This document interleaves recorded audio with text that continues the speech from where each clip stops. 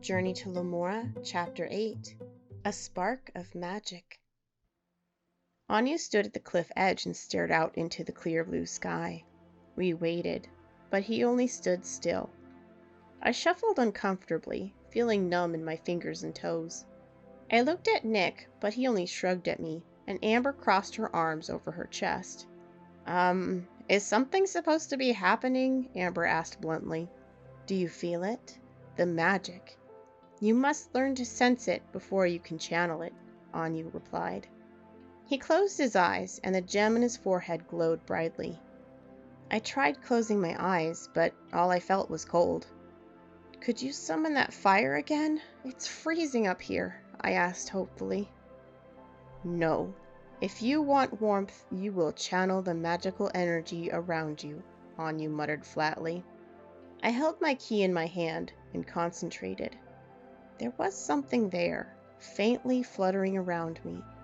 I tried to hold on to the feeling, and my own key began to flicker with light. But then I lost it. More time passed, and I began to doubt Anyu's teaching methods when...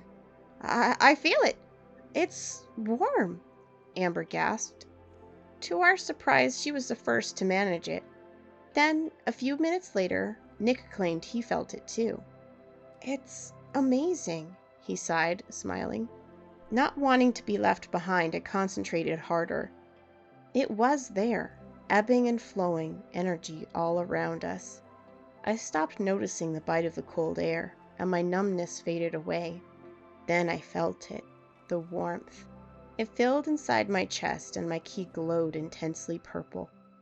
It radiated around me, and the snow around me began to melt, revealing more of the temple ruins below. Amber and Nick stared wide-eyed at me. Anyu let out a yell, and his laugh rang in my mind. That's it! You see the difference in power? Now that you've tasted magic, you must learn to control it. Hold it inside you without letting it melt the snow, Anyu instructed. This was much more difficult, like trying to hold sand. The magic kept slipping out. I walked to areas which still had snow to see if I'd managed it, but the snow kept melting away. The more frustrated I became, the more I felt a negative energy in place of the warmth. Careful, Catty. Do not let your inner darkness control you. This is how Umbra are born. Focus on your inner light, he warned me. I can do this, I told myself. I tried to fill myself with positive thoughts, but the snow kept melting. Then I saw it, beneath eroded stones and rubble, a small folded paper, browned with age and soggy from the melted snow. I broke all concentration and reached down to pick it up. The paper was very fragile, and I gently tried to unfold it. There was this oh-so-familiar scrawled lettering of my mother. I realized this note must have been the very same one from my dream before. It read, My dearest Catty, if you are reading this, then my vision of you coming to Lemora has finally come to pass. I am so sorry I left you and your father, but you must know I didn't have a choice.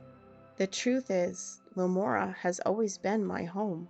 I thought I could run away to a world without magic, but my problems only followed me there.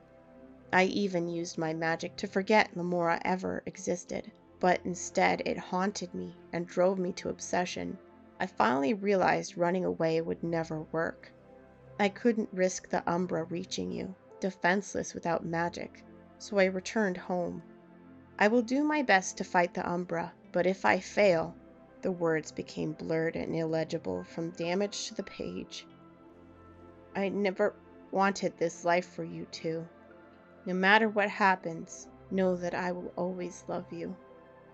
I stared blankly at the note. I finally had my answer, why she left us 10 years ago, but it wasn't enough. I was here in Lemora learning magic because of her.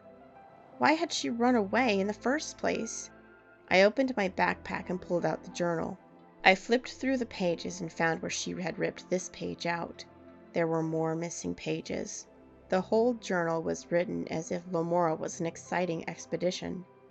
These entries were written before she left, but the torn pages are different. It was clear she wrote this page after she returned here 10 years ago. One question kept burning through my mind. Why? Why go through all the trouble only to end up here anyway? Did she really have no control over her fate? What was going to happen to me now that I was a guardian too? I snapped out of it when I felt Nick's hand on my shoulder. "Are you okay? Did you find something?" he asked. "No, it's nothing. Sorry. Let's keep training. We've got to get you home," I lied. We continued training to channel the magic energy. Amber and Nick managed to melt snow as far as I had, and I was finally getting the hang of not melting snow. Although I was the last to start, I was catching on quicker than the others. The magical key must have helped me in more ways than just power, but with stability and endurance too. By midday, we were able to maintain the magic energy without melting a single snowflake. Now that you can hold magic, it's time you learned to mold and shape it. To do this, you must picture the form in your mind and say the correct incantation words. Elios is the incantation for fire. Fire magic is wild and hungry. If you don't use enough magic, it will not light. If you feed it too much, you might explode, Anyu explained, and Amber raised her eyebrow. "The first spell you choose to teach us could kill us?" she questioned in a mocking tone. "The fire element is the simplest to master. Now show me what you can do," Anyu replied coolly. "Elios," we each chanted, concentrating on the magic energy. A flame grew in the palms of our hands and floated into the air, much like the one Anyu lit. Nick's flame was a cool blue flame, no bigger than one found on a birthday candle, and he frowned as it blew out feebly. My flame glowed the same purple as my key. Its size kept fluctuating and bursting, making loud puffing noises. I flinched, afraid it would singe off my hair. Amber's, however, was a broiling red flame the size of a basketball. The heat of it overwhelmed the rest of ours. "Funny how the one who least wanted to learn this is doing the best," Nick mumbled to me, and I laughed in agreement. "Evidently, your elemental attunement is fire, Amber," Anyu confirmed. "That suits me. I like it hot," she teased, winking at Nick, and I rolled my eyes. "Is that why our fire has different colors? Elemental attunement?" I asked curiously. "Partially. Every guardian has a different color which corresponds to their key. Mages will gain their color from their elemental attunement. As luck would have it, we all have a different color," Anyu explained. "Many of my tribesmen had yellow like me, but there were a few with other colors as well." I looked down at my key, and the purple gemstone glowed at the center of it. My mother's key. She must have had purple magic too. The thought of her using the same magic as me made me smile. We continued training hard, concentrating on our flames until each of us had a fire as large as Amber's. Nick struggled the most with his, but eventually he got the hang of it. By the afternoon, we were completely exhausted, but we were all smiling. We quickly realized another reason fire magic was the hungry element. We were famished after using it for hours. A can of beans sizzled and warmed our bellies as we had our first meal by magical fire. Hello, my name is Ella, and welcome to my channel. Here I'll be sharing with you my stories, artwork, animations. If you enjoy my content, please support me by clicking the like button, subscribing, sharing, or ringing the bell for notifications. Links to my website and social media are below. I will be releasing content in sequential order, so please check for new chapters each week.